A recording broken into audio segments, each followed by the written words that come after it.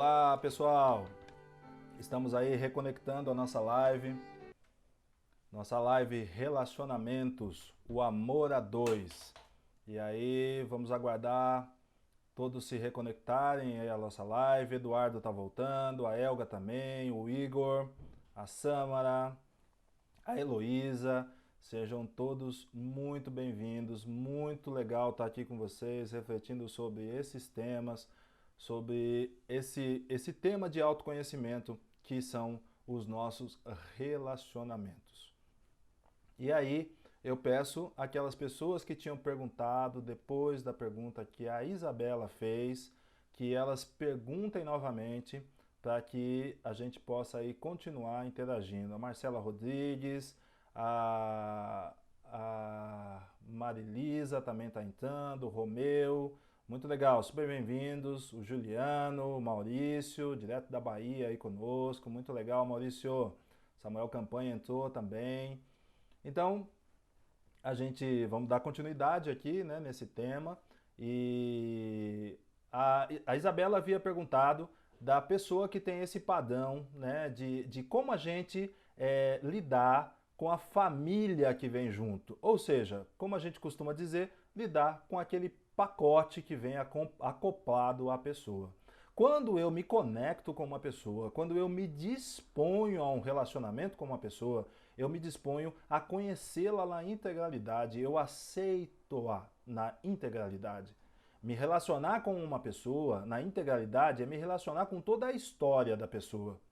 E se você está num relacionamento onde a sua história não é aceita, onde a sua história não tem um espaço de existência, talvez você tenha uma percepção de não pertencimento a esse relacionamento. E estar num relacionamento onde você não se sente pertencente é algo extremamente conflituoso. Imaginem uma situação onde uma mulher ou um homem está num relacionamento em que o outro não aceita a sua família. Se nós não aceitarmos a família do outro e desenvolvermos uma forma de convivermos com aquela dinâmica familiar, nós não precisamos ser igual àquela dinâmica, mas nós precisamos encontrar uma forma de conviver com aquela dinâmica.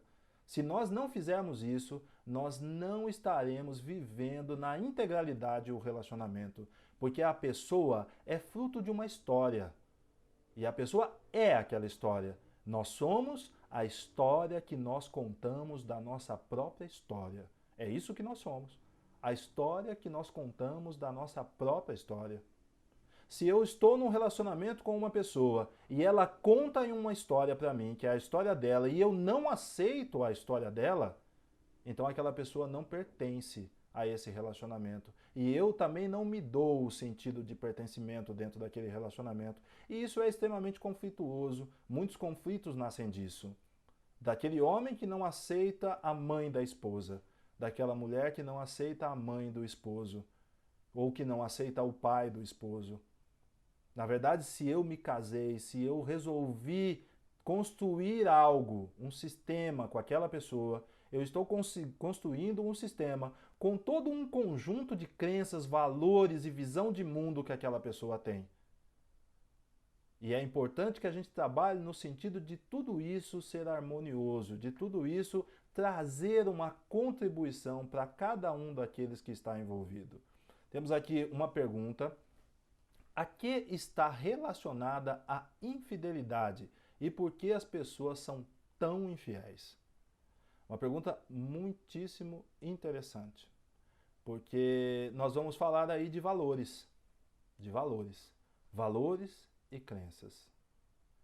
E aí nós vamos ser remetidos a um contato profundo com aquilo que nos formou, com aquele conjunto de crenças e valores básicos que nós aprendemos na nossa existência, que nós aprendemos dentro da nossa família. Muitas vezes, uma traição, ela pode ser um ponto de partida para um aprofundamento naquele relacionamento. Não que ela seja boa, eu não estou dizendo isso. Uma traição, ela é sempre uma quebra de princípios, uma quebra de valores.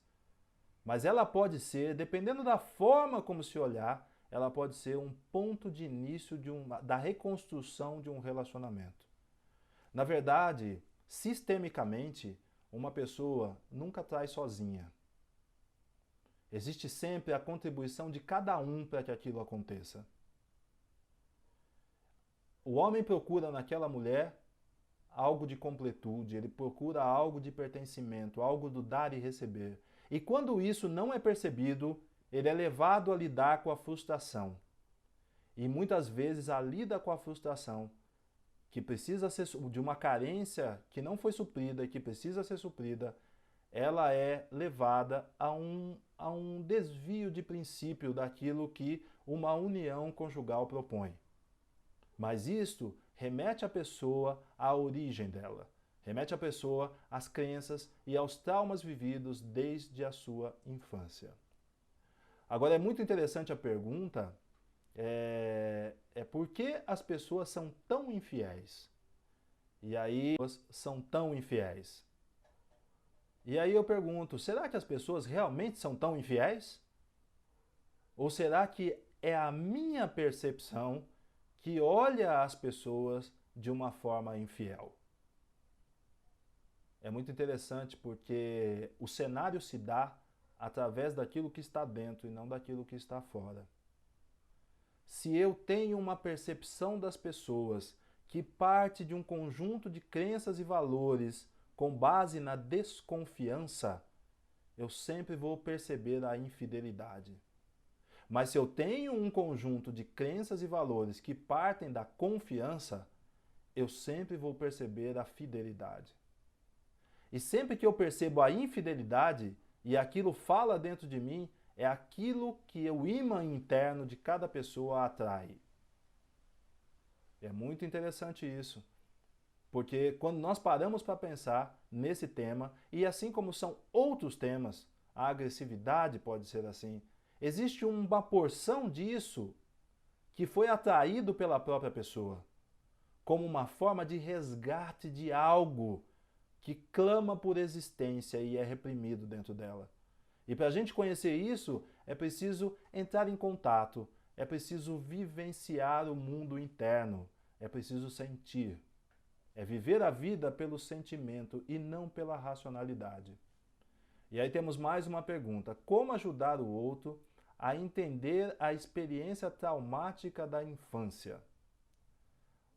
Esse é um outro tema também bastante profundo. Quando nós começamos a lidar com a nossa própria experiência traumática, o resultado dessa lida já contribui significativamente com o outro. Na verdade, cada um só lida com aquilo que consegue suportar.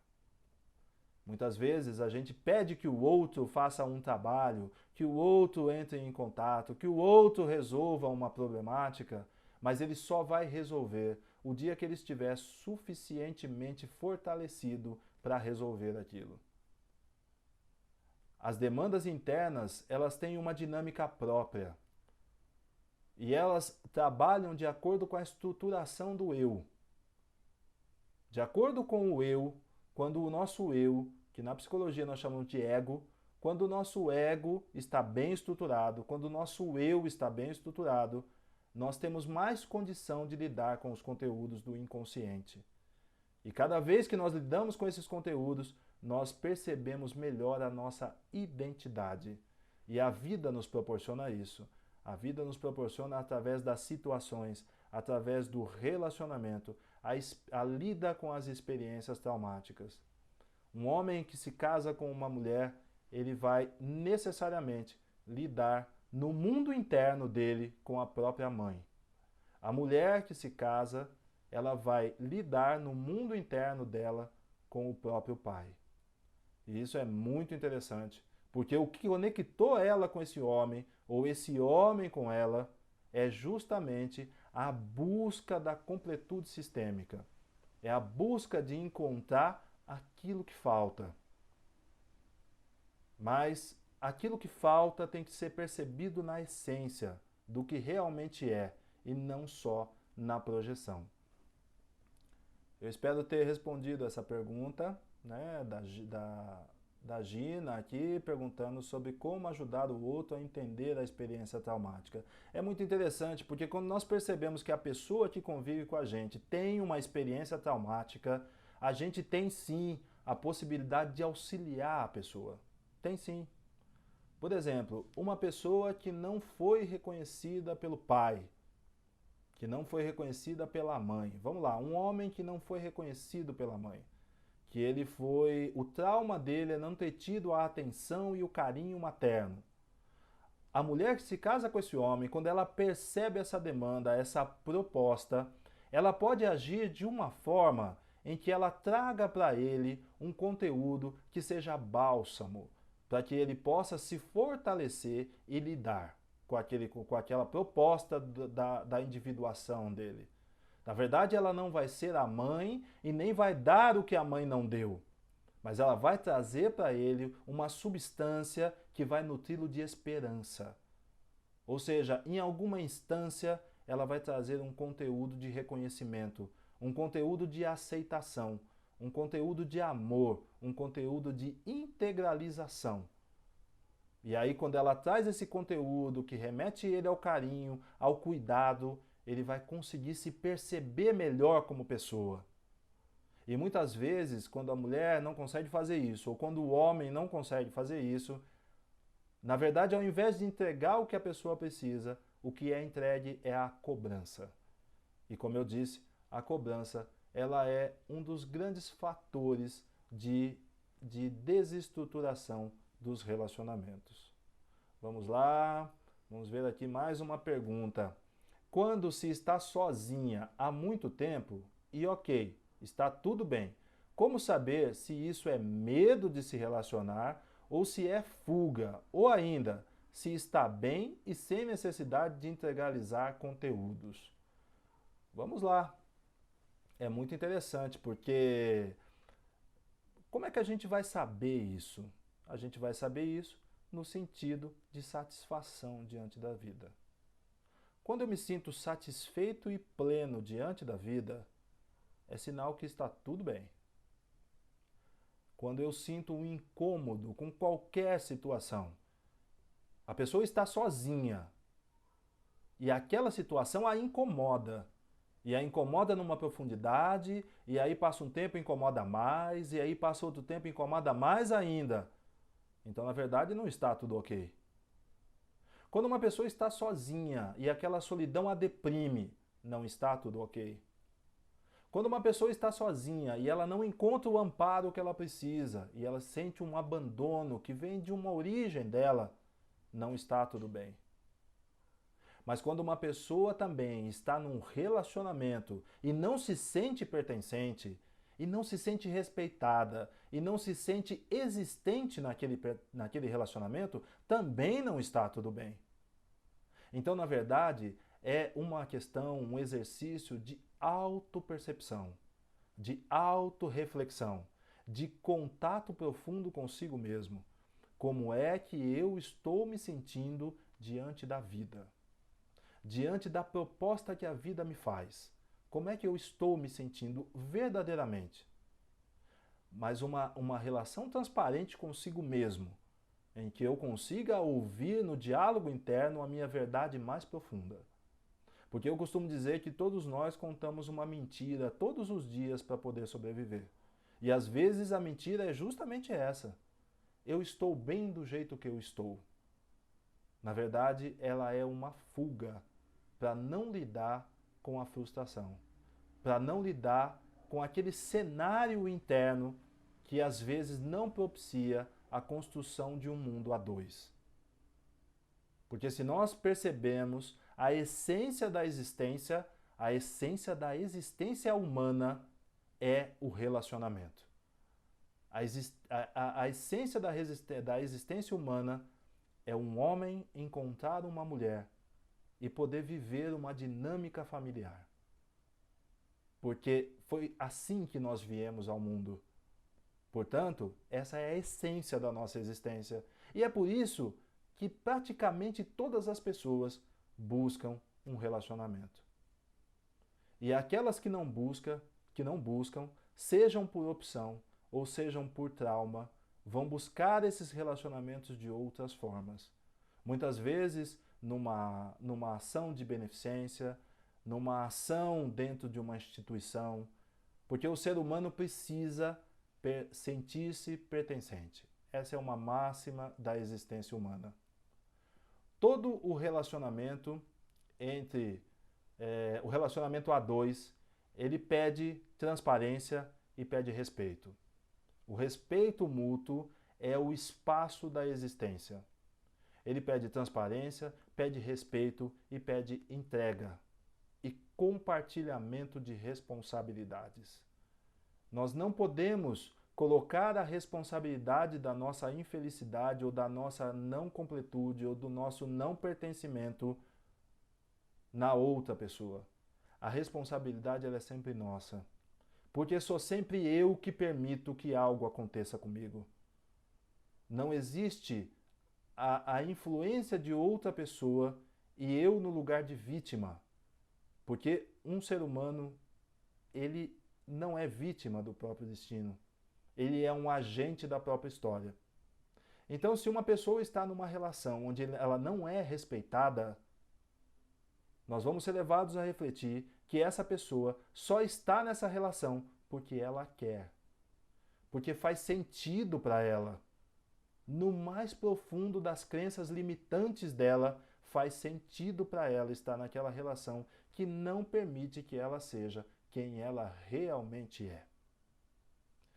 Vamos ver aqui mais uma pergunta. Como lidar com a carência do outro que são depositadas, com as carências do outro que são depositadas em nós?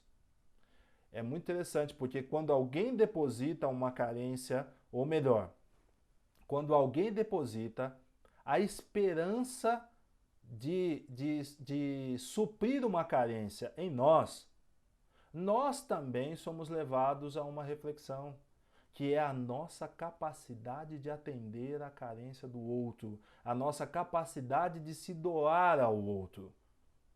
E aí, muitas vezes, a gente não encontra essa capacidade de se doar ao outro numa proporção que supra aquilo que ele precisa. Todos nós somos carentes por essência. O ser humano é um ser carente por essência. Todos nós buscamos amor, todos nós buscamos pertencimento, todos nós buscamos dar e receber, todos nós buscamos a completude, a integração. Então nós somos carentes de amor, de compreensão, de aceitação, de acolhimento. Nós somos carentes de carinho. E quando nós conseguimos perceber que nesse acolhimento está a revelação daquilo que de melhor a gente pode ser, então nós conseguimos nos doar mais para aquele relacionamento. Nós conseguimos nos entregar mais. Mas é importante, mais uma vez eu digo, que os contratos sejam visíveis, que os contratos sejam transparentes. Quanto mais eu entrego, mais eu espero receber. Não existe, nós ainda não podemos praticar o amor ágape, que os gregos chamavam de amor ágape, que é aquele amor que dá sem querer receber. Isso não é próprio do humano, isso é próprio do divino. O amor que dá, que entrega sem cobrança, que entrega sem esperar nada em troca.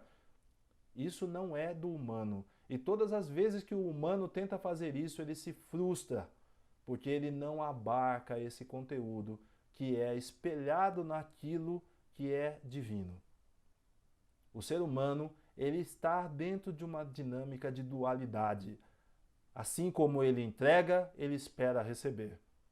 Então, quanto mais a gente entrega e quanto mais a gente torna transparente os relacionamentos, mais existe a possibilidade de se aumentar a dinâmica do dar e receber. Quando eu dou, eu gero um crédito. E é preciso que a outra pessoa perceba que eu tenho um crédito com ela. E isso não é cobrança, isso é um contrato visível, é um contrato transparente. Eu sei o que você precisa e eu estou disposto a nutrir você do que você precisa. Mas eu também tenho as minhas carências, eu também preciso de você. E eu preciso disso. eu preciso disso, disso e disso.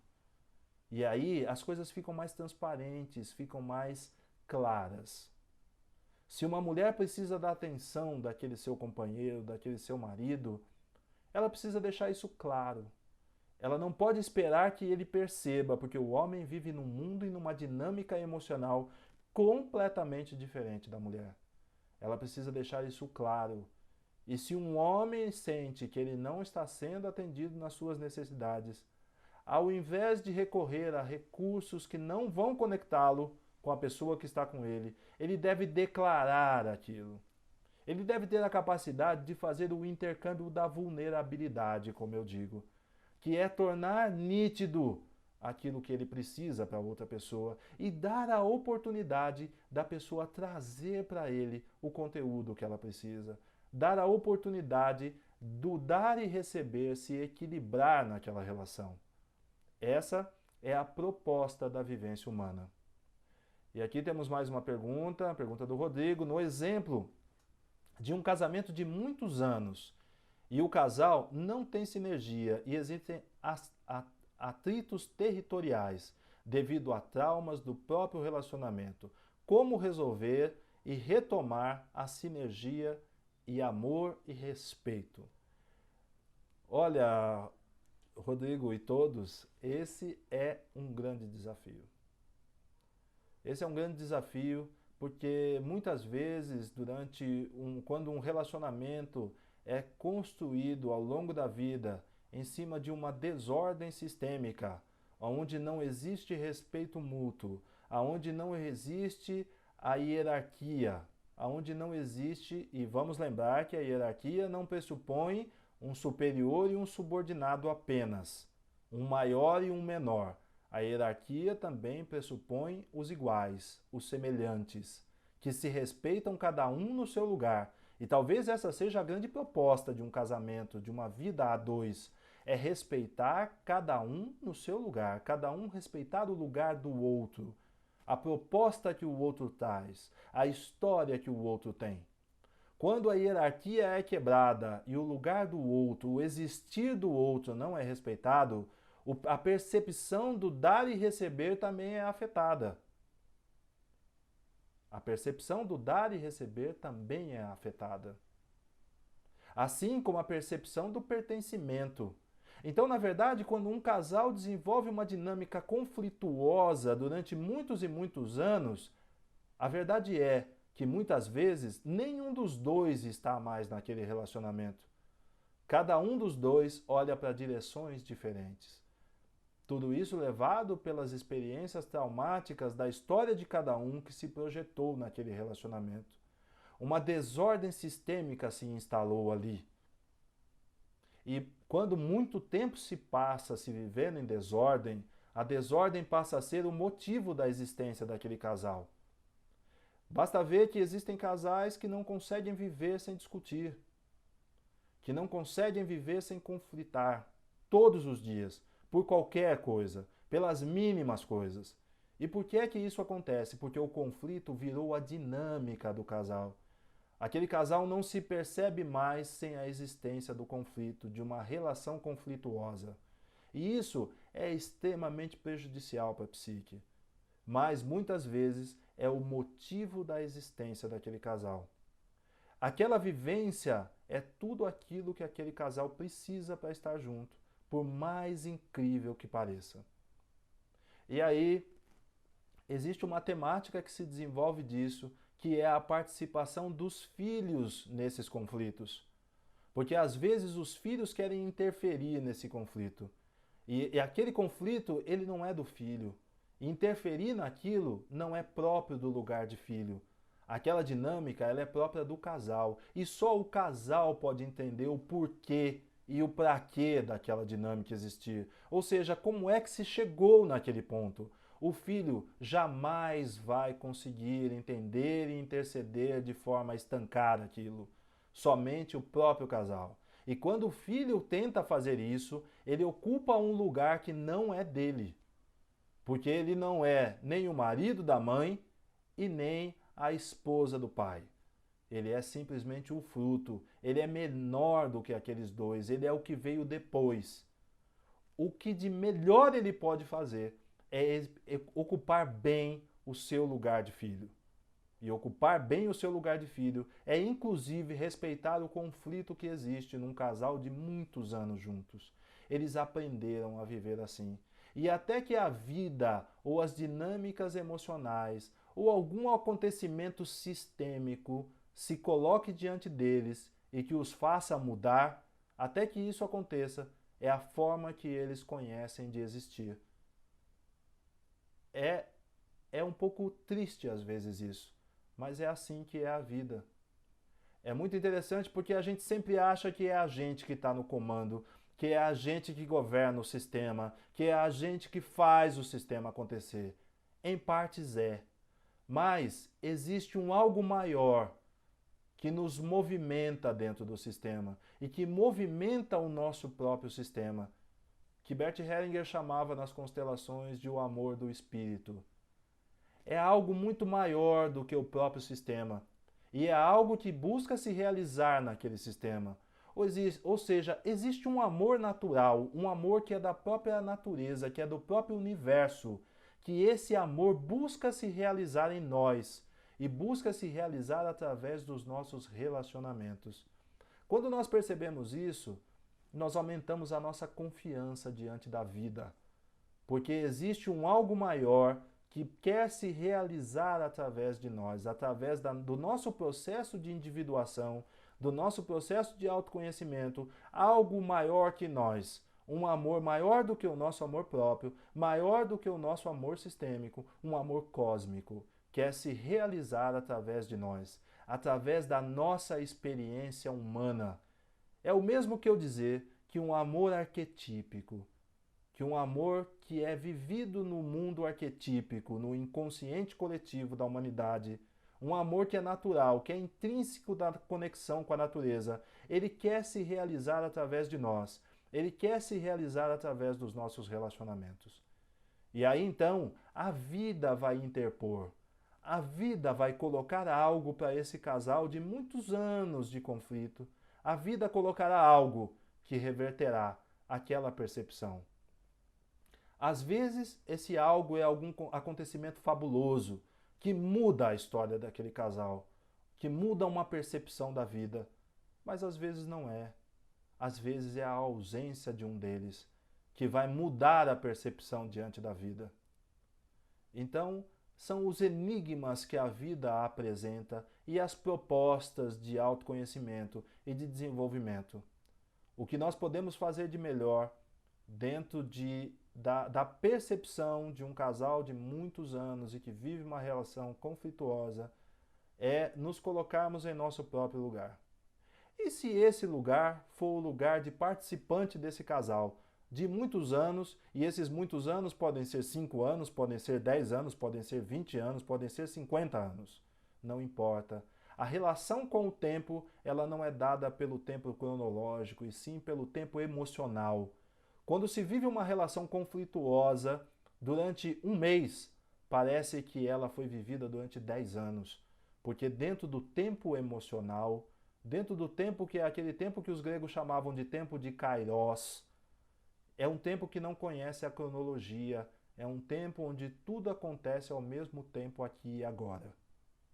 Então, quando eu vivo uma situação traumática, eu trago para o presente todas as outras situações traumáticas que já aconteceram comigo. Elas se somam num conteúdo emocional muitas vezes maior do que o que realmente eu estou vivendo naquele momento. Então, perceber isso é a possibilidade da gente começar a se relacionar com a vida e com as pessoas de uma forma um pouco mais equilibrada. Vamos lá. Temos aqui algumas manifestações. Vamos ver aqui se temos mais alguma pergunta. Temos sim. A Lúcia Richena perguntando: observo que os homens não querem ser os provedores dos lares. Isso se dá pela sociedade moderna ou pela educação recebida dos pais? É uma pergunta de uma reflexão muitíssimo profunda. Por que que os homens não querem mais hoje em dia, ou não querem ou não conseguem mais hoje em dia, serem os provedores dos lares? E aí, quando eu falo provedor, num primeiro momento pode parecer uma visão machista ou uma visão preconceituosa, mas na verdade eu não estou falando de provimento financeiro somente. Eu estou falando de provimento emocional, principalmente. Por que é que os pais não querem mais participar da construção da vida familiar? E aí, isso não vale só para os homens, isso vale também para as mulheres. A gente percebe que através dos tempos, a convivência familiar, ou seja, a educação, está sendo gradativamente terceirizada. E a convivência familiar, ela acaba sendo muito comprometida. E nesse período que nós estamos vivendo, esse período de quarentena, onde as pessoas estão em casa e tendo que conviver sim com as famílias, e tendo que desempenhar sim o lugar de pai, e tendo que desempenhar sim o lugar de mãe, não tendo mais professora, nem escola de balé, nem escolinha de futebol, para terceirizar aquele momento com o filho, as pessoas estão sendo levadas a se deparar com a sua real situação familiar. E é por isso que muitas pessoas estão vivendo um período de extremo conflito nessa quarentena. Porque em alguns casos as pessoas sempre fugiram desse contato e sempre terceirizaram os seus próprios lugares. Só que na nossa vida nós só vamos encontrar sentido se no filme da nossa vida nós formos os atores principais. No filme da nossa vida não é admitido dublê. Nós vamos ter que fazer as cenas perigosas. Ou seja, nós vamos ter que encarar as nossas próprias limitações diante dos papéis que a vida nos coloca. Então, aquele homem que é pai e que não quer assumir o lugar de pai, é sinal, Lúcia e todos, que existe um conteúdo primordial dentro dele que não dá substrato, que não dá consistência, que não dá estrutura para ele ser.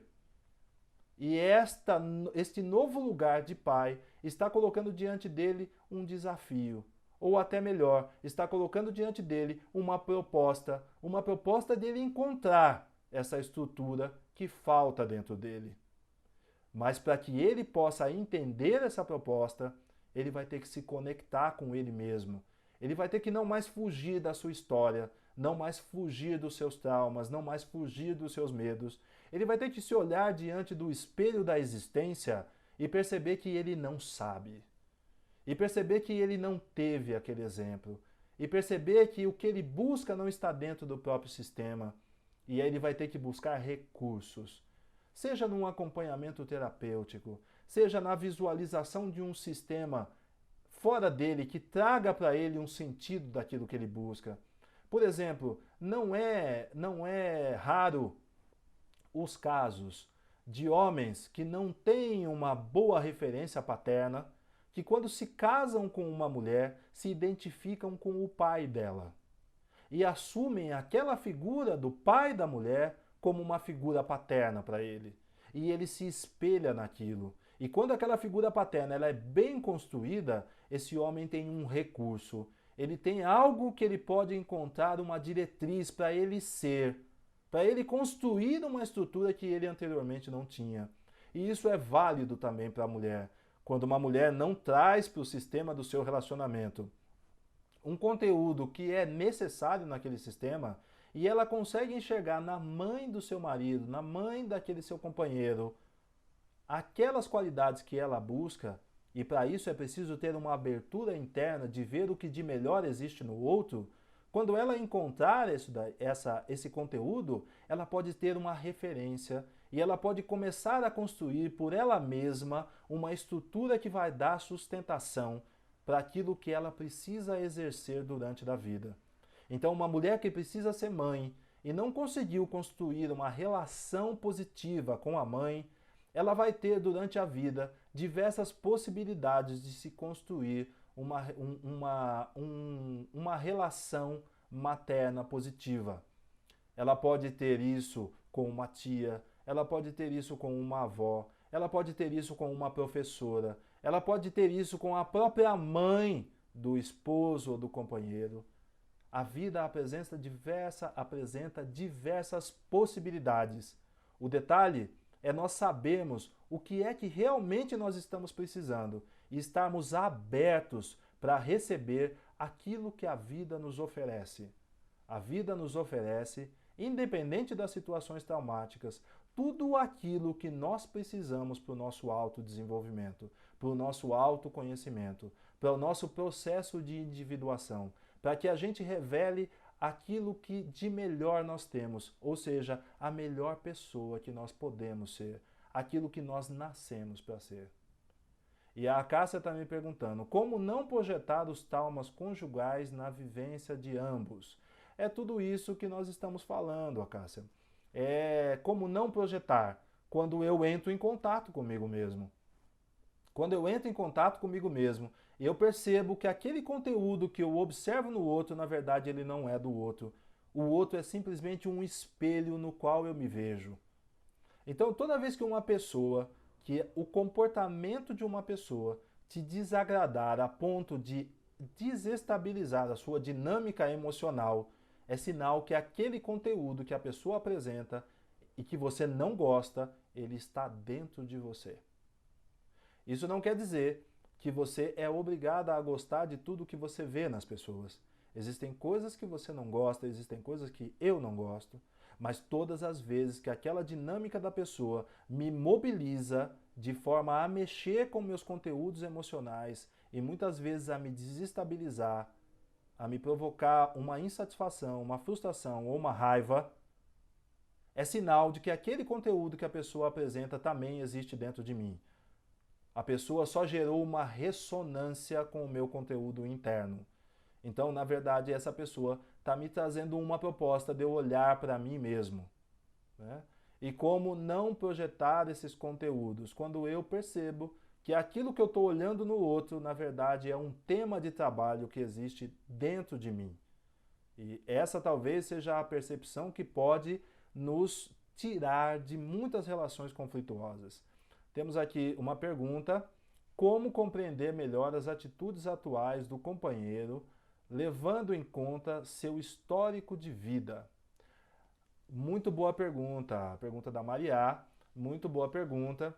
É muito interessante, Maria, porque eu deixo mais uma pergunta de reflexão para vocês. O quanto a gente realmente conhece a pessoa que está conosco?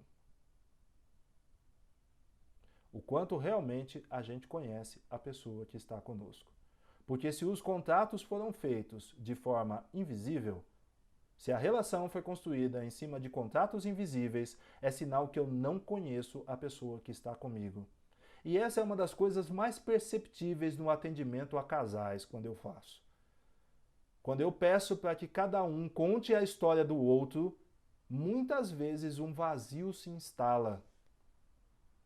Porque aquela pessoa, para quem é pedido que se conte a história do companheiro, não conhece a história de vida daquela pessoa.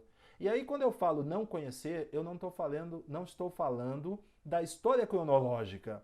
Ele foi para a escola com 7 anos, ele brigou na escola. Não é disso que eu estou falando. Eu estou falando da história que é contada pelo mundo emocional, das percepções traumáticas, o quanto eu consigo me conectar com isso e o quanto eu consigo me comunicar de forma emocional com aquele conteúdo. Só quando eu conseguir fazer isso nesse nível é que eu vou conseguir compreender as atitudes daquela pessoa. E uma das coisas que mais cura um relacionamento desgastado ou um relacionamento que está começando e que pode ser bem estruturado é quando a pessoa se sente compreendida.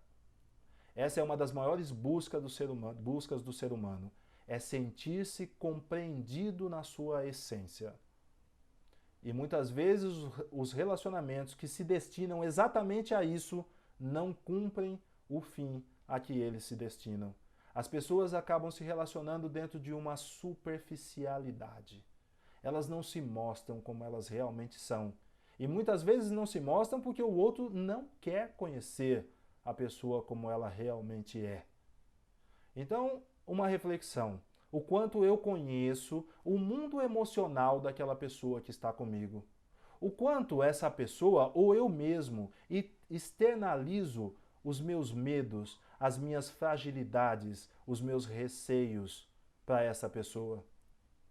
O quanto que eu me faço conhecer dentro desse relacionamento e o quanto que eu abro de espaço para que a outra pessoa possa ser exatamente do jeito que ela é, com as suas fragilidades, com os seus medos, com as suas inseguranças, com as suas incertezas, com as suas dúvidas e com as suas esperanças de encontrar um alento, de encontrar um bálsamo naquele relacionamento que redirecione a sua vida. Se eu não abrir, se eu não construir esse espaço que é o compartilhamento da vulnerabilidade, esse relacionamento não será um relacionamento frutífero e profundo. Ele poderá existir sim, mas ele poderá existir no nível da superficialidade. E no nível da superficialidade, a gente nunca é feliz por completo. Vamos lá, mais uma pergunta aqui do Rodrigo, completando minha última pergunta. O casal com atritos há muitos anos e visivelmente ambos sofrendo e querendo mudar, conseguem resolver sozinhos ou é ideal ambos procurarem auxílio terapêutico? Exatamente, Rodrigo. É quando eu disse, né, que a natureza os coloca diante de uma situação, esse amor do espírito, esse algo que quer se realizar no ser humano, que é muito maior do que ele, muito maior do que o sistema, quando isso se coloca através de uma situação pela qual aquele casal não consegue mais ultrapassar com aquela mesma dinâmica, ele é levado a buscar auxílio quando realmente ele quer ficar junto. E também pessoas podem contribuir.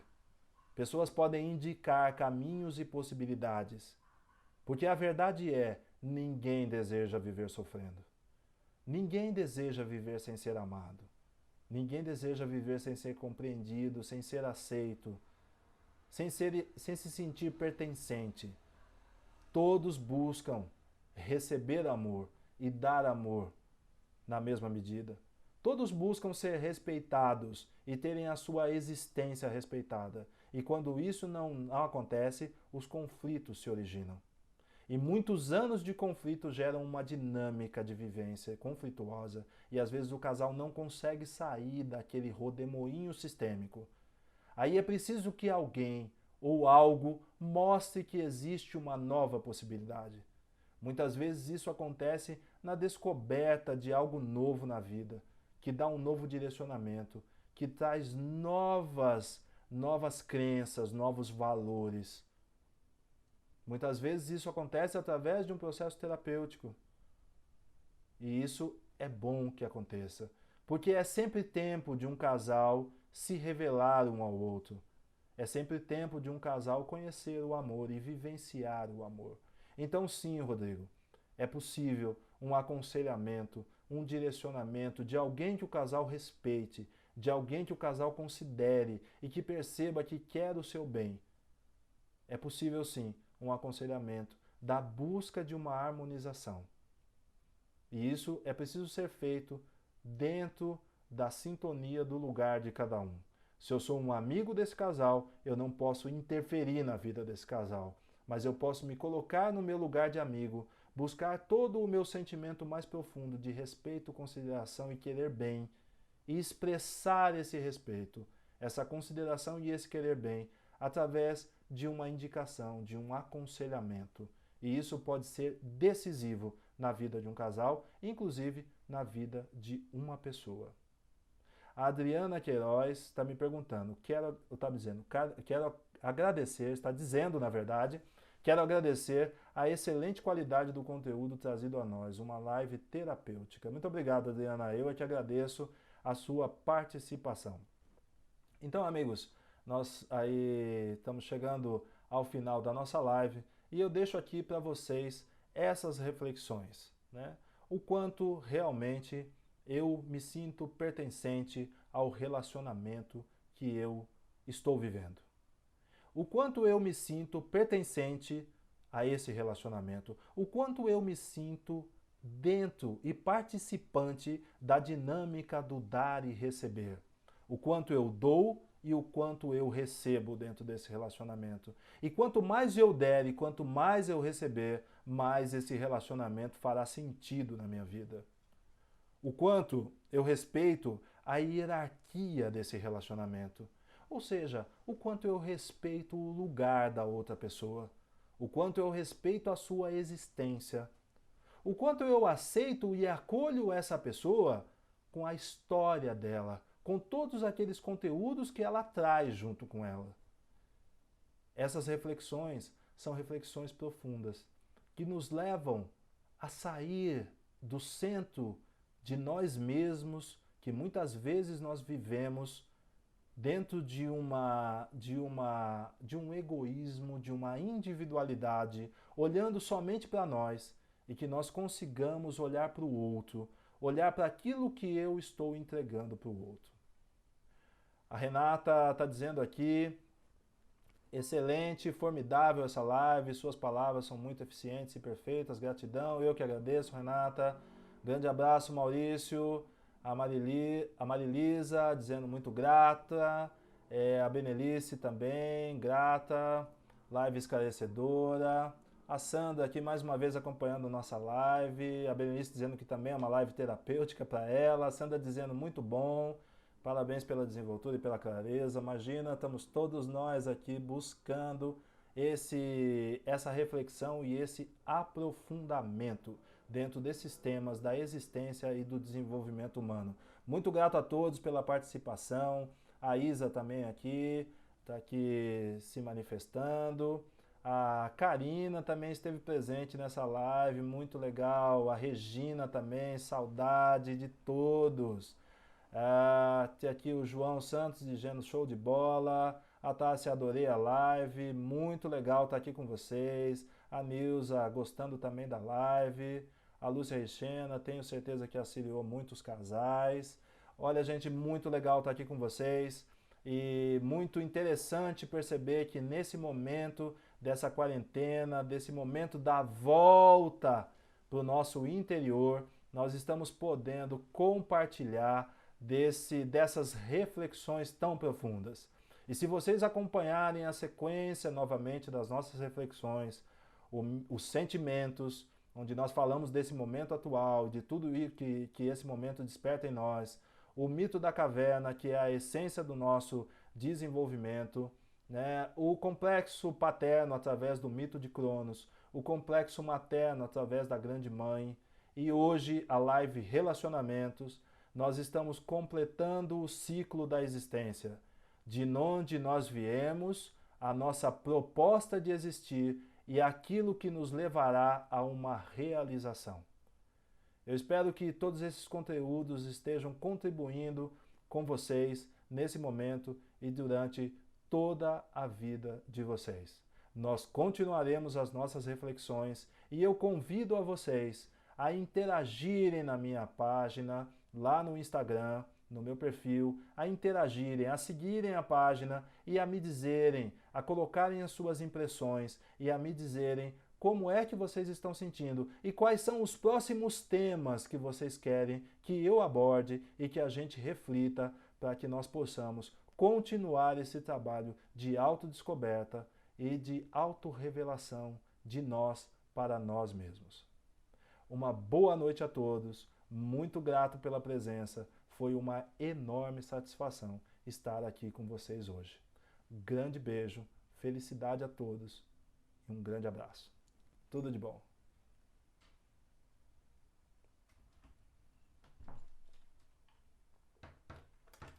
Ainda tá passando, mano. Ok? Não, você já salvou? Não. Encerrar, né? É.